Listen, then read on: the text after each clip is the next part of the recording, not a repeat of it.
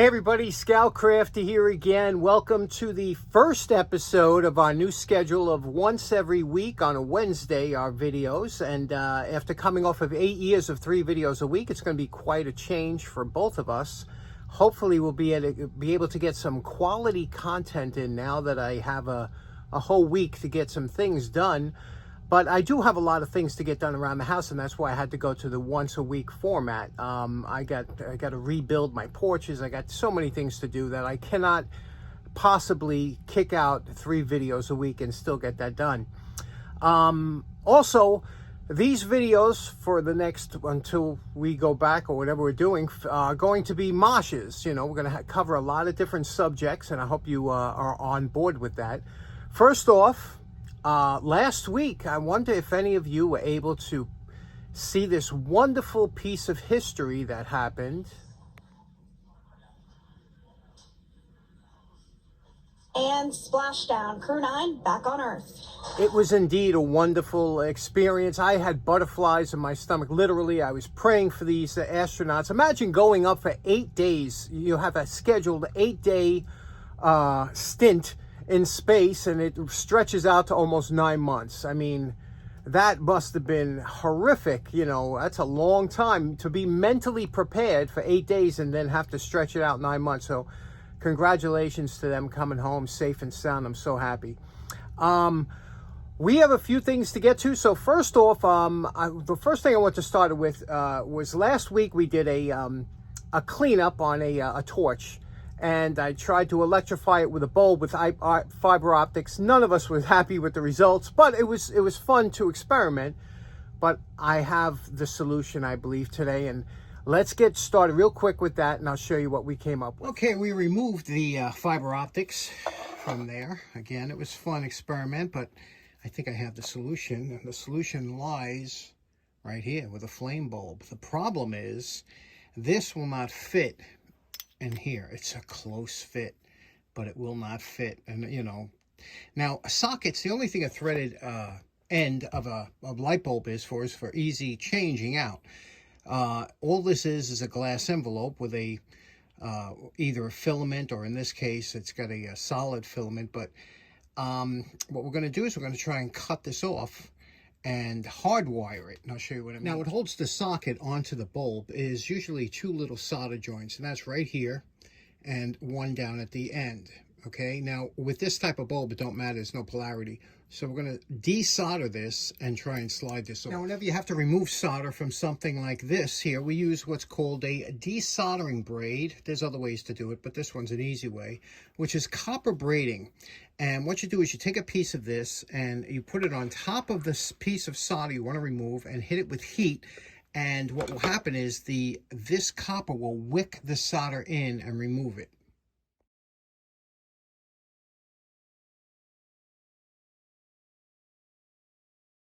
Now you can see was a blob of solder over here is now transferred onto the soldering braid. Now we'll cut this off and we'll do the tip, because that's also soldered.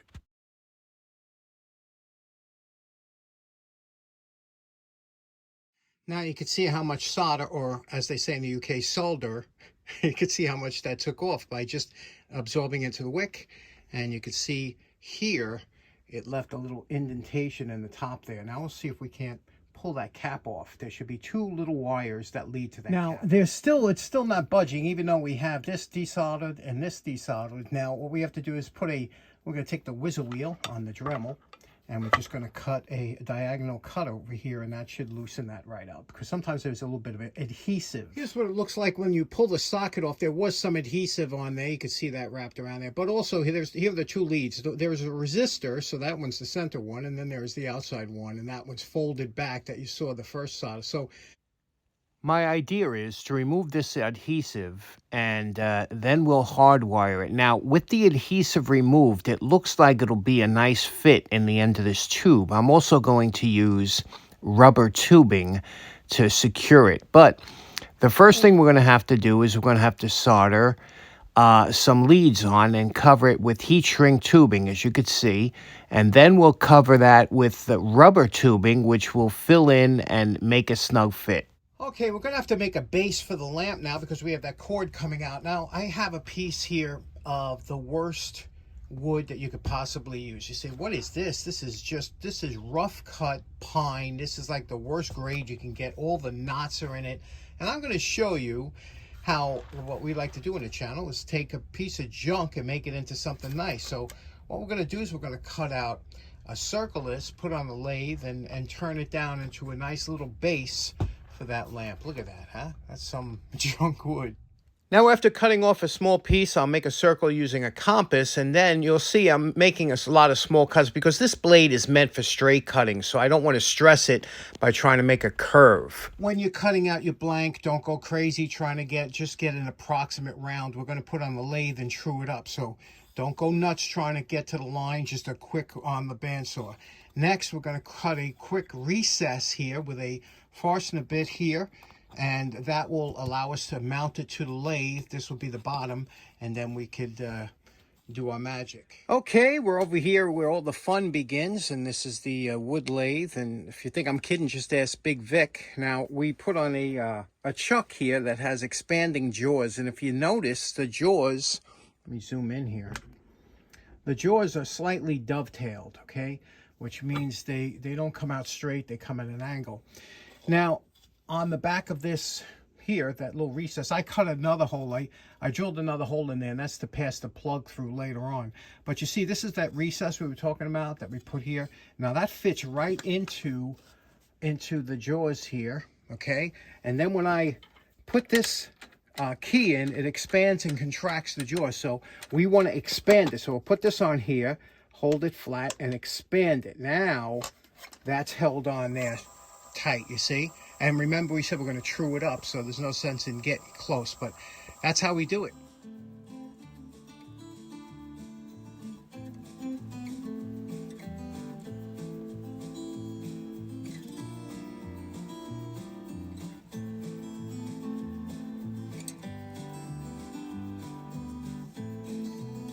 Okay, here we go. Now, this little recess matches the bottom of the Lenk torch so that it will sit on here. But you can see we just did a little half a flying saucer here, but nice and smooth out. We're not going crazy. On the bottom here, we're going to cut a trowel or a little notch in here so that the plug can come out the back. And we're going to pick the spot that has the knot in it, so that'll be towards the back.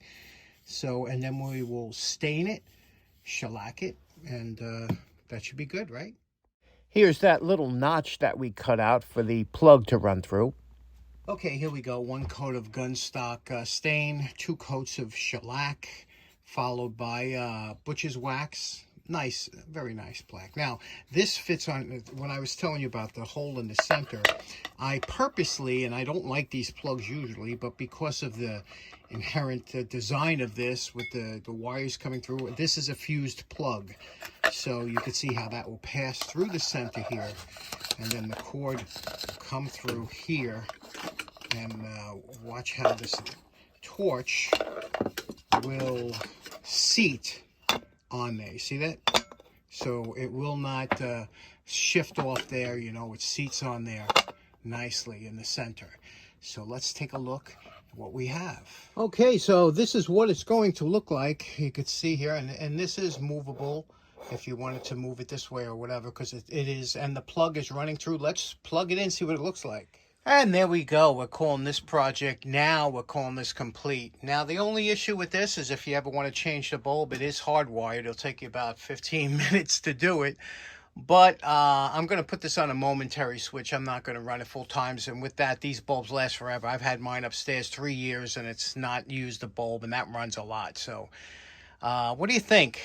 A little bit different, a little better than the other way, right? Very interesting. And that bulb is flickering. It's hard to see with the camera, but it is flickering. That one's in the can. Next up, look what I got in the mail from a good friend from the UK, Reggy on the road, and sent this over here. I'm kidding about this. It cost him $15 or 15 pounds to send this over here, which is like equivalent of, what, 20 bucks here? It's a lot of money. But Reggie sent this great thing. Let me show you what he sent over here. He sent a little note. He said, Said, hey, John, here's a little challenge for you. Got plenty of pock marks to get rid of and have the Scout Crafted touch bestowed upon it. So let's take a look at what he sent and take a good look at it. Now, since Reggie restores tools himself, when he sends something over here, you know it's going to be a good challenge. Let's take a look at what this is. What a beautiful size. This is a beautiful size pair of pliers. You know, I've done a couple pliers on the channel, one or two. But he really has chosen these well to get the challenge down pat. Take a look at the pitting on here. Can you see that? Let's take a look. Oh, this was obviously sitting in some kind of water or something. Look at that. I don't think there's a clean surface around. The good thing is, number one, they're very tight. Beautifully tight, very little use on these, so it's a great pair to restore. Next, the jaws are beautiful. The cutters don't look mangled up, so this is a win-win. And it's got the side cutters that we love. That this is really a nice pair. So what do you say? Look at this. Look at the forge line over here. It's that deep forge line that runs down. What do you say we do these up the way Reggie would like to see these done? Okay, let's get rid of all of this and make these into a beautiful, beautiful pair of pliers. Okay, the first thing we're going to do, because we are removing quite a bit of metal, and a lot of you like to know how much metal is removed, we're going to weigh it, and I have this set to grams. You can see it's set to grams, so we're going to put this on here, and we're going to let it settle. Okay, it comes in at 190 grams. 190 grams to start.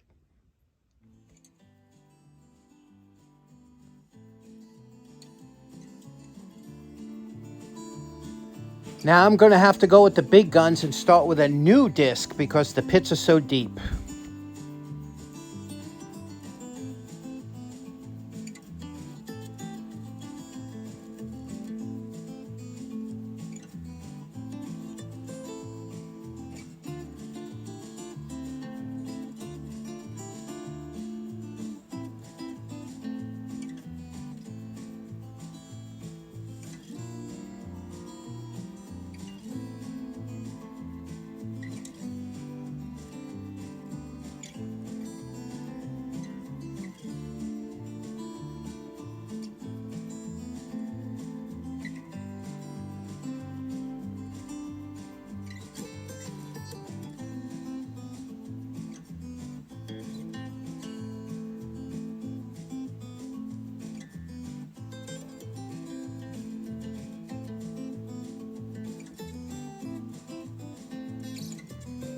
Okay, we're almost finished. Now we're going to blue the handles.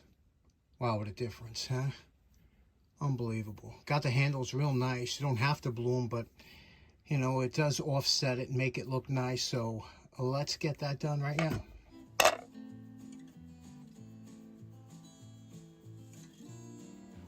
Now, you know, my favorite part, remember what Reggie's pliers look like before we started. And we're calling this challenge done.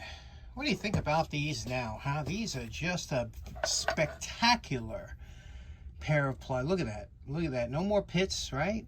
We got the angles back, the beautiful facets on the side. Look at that. Just spectacular, isn't it? These are just beautiful pliers. I don't know what make they are. Probably an English make, UK make. Blue the handles, right? They came out nice. Took all the forged seams off inside and out. Just a pair you'd be so happy to put in your pocket, right? No sharp edges. Clean the inside here. You can see the inside's all done up.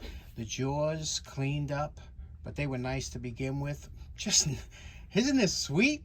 So what do you think, Reggie? I think this might have passed your challenge test because I know you do restorations. And what do you think? Let me know in the comments. Okay, let's see what the pliers weigh in at. If you remember when we started, they were 190 grams. Let's place them on here and see what it comes down to. Let's see, we have 164. So that's a difference of 26 grams we took off there. Okay, next up, if you remember last week, I went on a little bit of a rant about my dissatisfaction with our current rubber bands. that we have, and a good friend of the show for a long time, West Virginia Rock Crusher.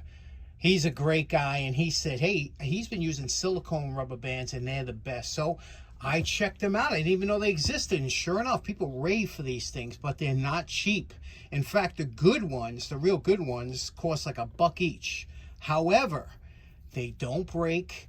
They got good stretch.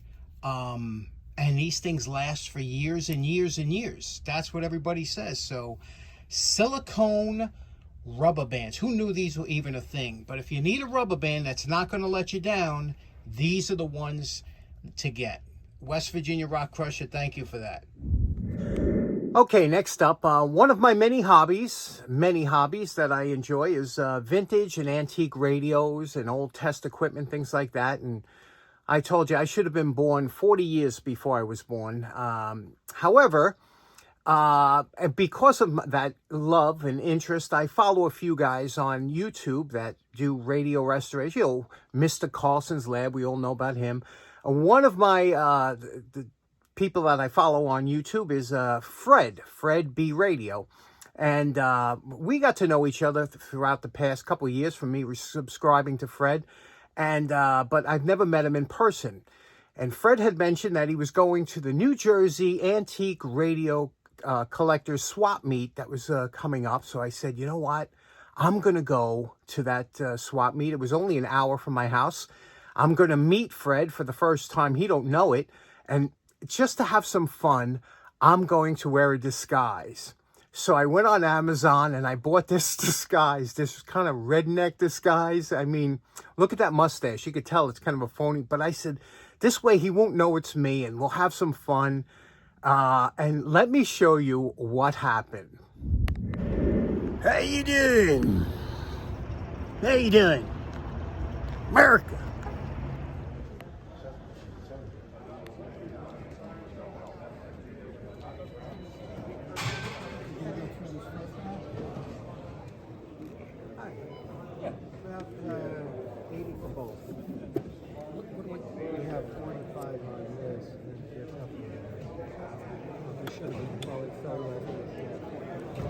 How you doing? Good. Now, you could tell by the expression on Fred's face that he knew something just wasn't right, but he didn't know what. He was very polite. You got some nice stuff down here. Thank you. You got a YouTube channel? Yeah, that's my YouTube channel, Fred B Radio. Oh, okay. I just started a YouTube channel myself, Jim's Radio. What's it called? Jim's Radio. Jim's Radio. I'll have to look for it. Yeah, I gotta tell you, you got some great stuff here. Well, your name Fred? Yep, that's me. Nice to meet you, Fred. Nice to meet you too. Yeah, you got some great stuff here. I finally took off the disguise, and Fred and I had a fantastic laugh for about 10 minutes. I have the identical one I use all the time. I mean, they're good radios. I noticed that. This one's been through a bit, but hey, that's why it was. That's why.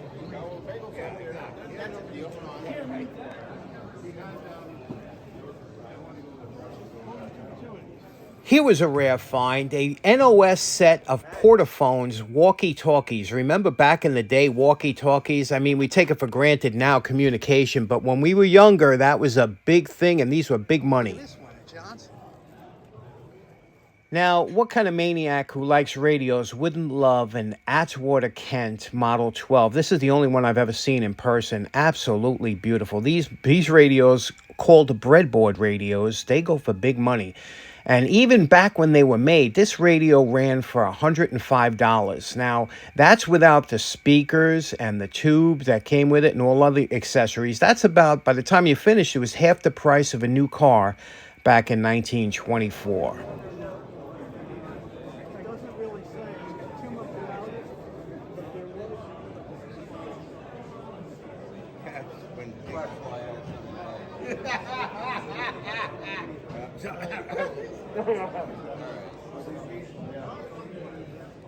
Now, I love all kinds of old test equipment, but this item here was for testing old vehicles, electrical system. It was $1. $1. Would you have bought it?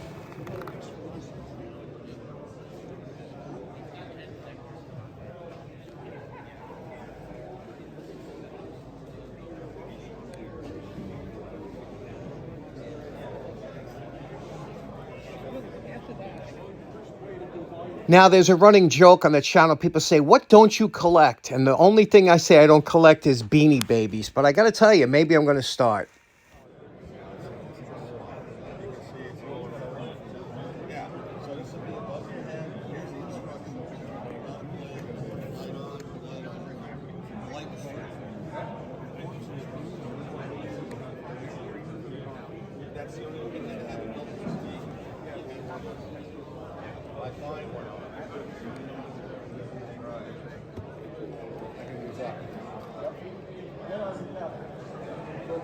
I can use it for myself.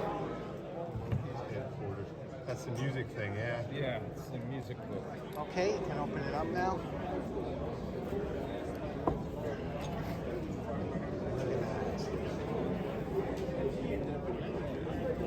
Great. It was an absolutely fantastic show. I had a great time. Fantastic time meeting Fred. And I'm so happy to report that Fred's table did the best out of anybody at the show. So congratulations, Fred.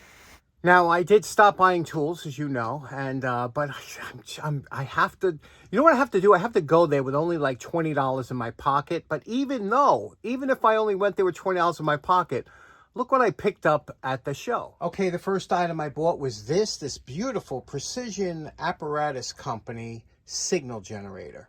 Now, a signal generator, basically what these are used for a lot of times is it generates a small signal that if you're trying to work on a radio or something like that, you generate the signal that we know generates from here, and you can adjust the band indicator on your radio. There's a lot of things you could use it for.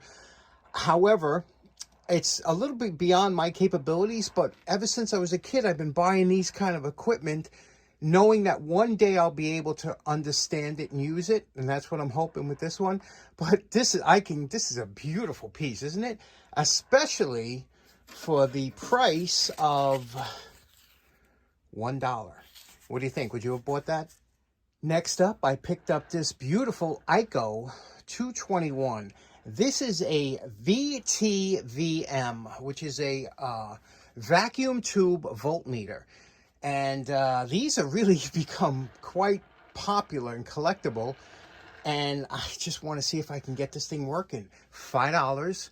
Would you have bought this? Next up, we have a vintage acro set. And you can see this handle rolls back. And what a cool piece this is. This is Art Deco. And what does it do, you're asking? Well, good question. It has something to do, I think, with testing older vehicles and stuff like, I don't know. But I was looking at that going, boy, that's a beautiful piece of equipment, isn't it? And the guy says, you ain't, an older guy, must have been about 85. He goes, you ain't kidding. He goes, I'll tell you what, you like it? He goes, give me $5. So I said, how could you? Of course, look at me. I walk out of there with a $5 piece of equipment. I have no idea what it is. Okay, next up, another impulse buy here. This is a Holocrafters, which I have a collection of. I love Holocrafters radios. And this is called the Civic Patrol. I think it was made in like 1958 or something like that. These were, and what they picked up is the VHF band. And you can see here, it's got, if you look close, government, police. It says telephone, medical, things like that. And the reason I got this, he says, it hums, he says, but I can't. Now, I don't know if that's an antenna thing or whatever, but sometimes, as long as it powers up, there's a good chance this could be fixed, even by an amateur like me. And I paid $10 for that. What do you think? Now, the next two items, Fred practically gave them to me, and I really appreciate it. But I've been looking for one of these for a long time. This is what's called a battery eliminator, but it's basically a power supply for 6 or 12 volts, but a high current. So, in other words, you get 10 amps out of 12 volts and 20 amps out of 6 volts. It has the like a variac here that you can adjust the voltage. You can use this for tons of stuff. He went through the whole thing. It's all restored and just beautiful. He even gave me the schematics with it. But this is just a beautiful piece of equipment. And these are getting, and the thing weighs a ton. So what do you think of that? Okay, last up, I bought this from Fred.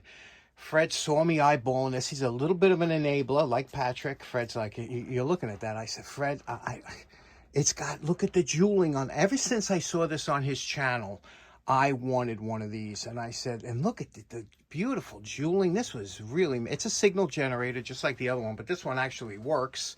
It's gone through. He went through the whole thing, redid on his channel. And just a beautiful piece of equipment, isn't it? And what I wanted to use this for, obviously, just as a showpiece, right? For when equipment was made like that.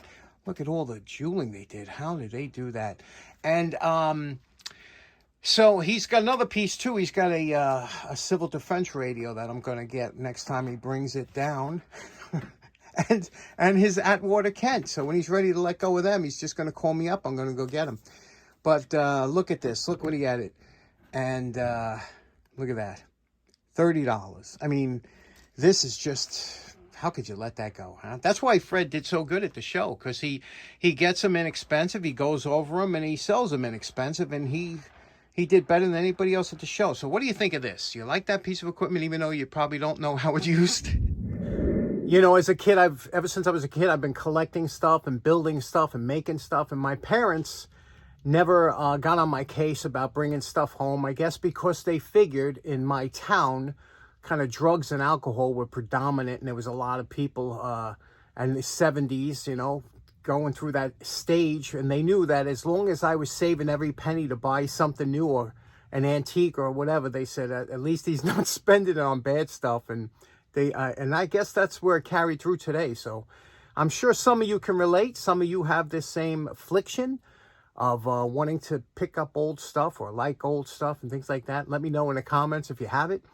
Thanks so much for tuning in. Special thanks to Reggie, and also to Mike and Roger for the torch, and everybody else, and especially Fred. Really enjoyed having that meeting with you, and we will see you again on Wednesday. Hope you enjoyed today's episode. Take care now. Bye-bye.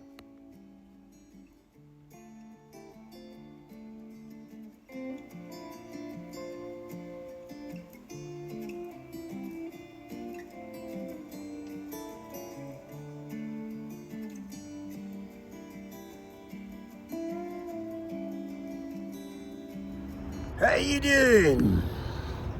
How you doing? America.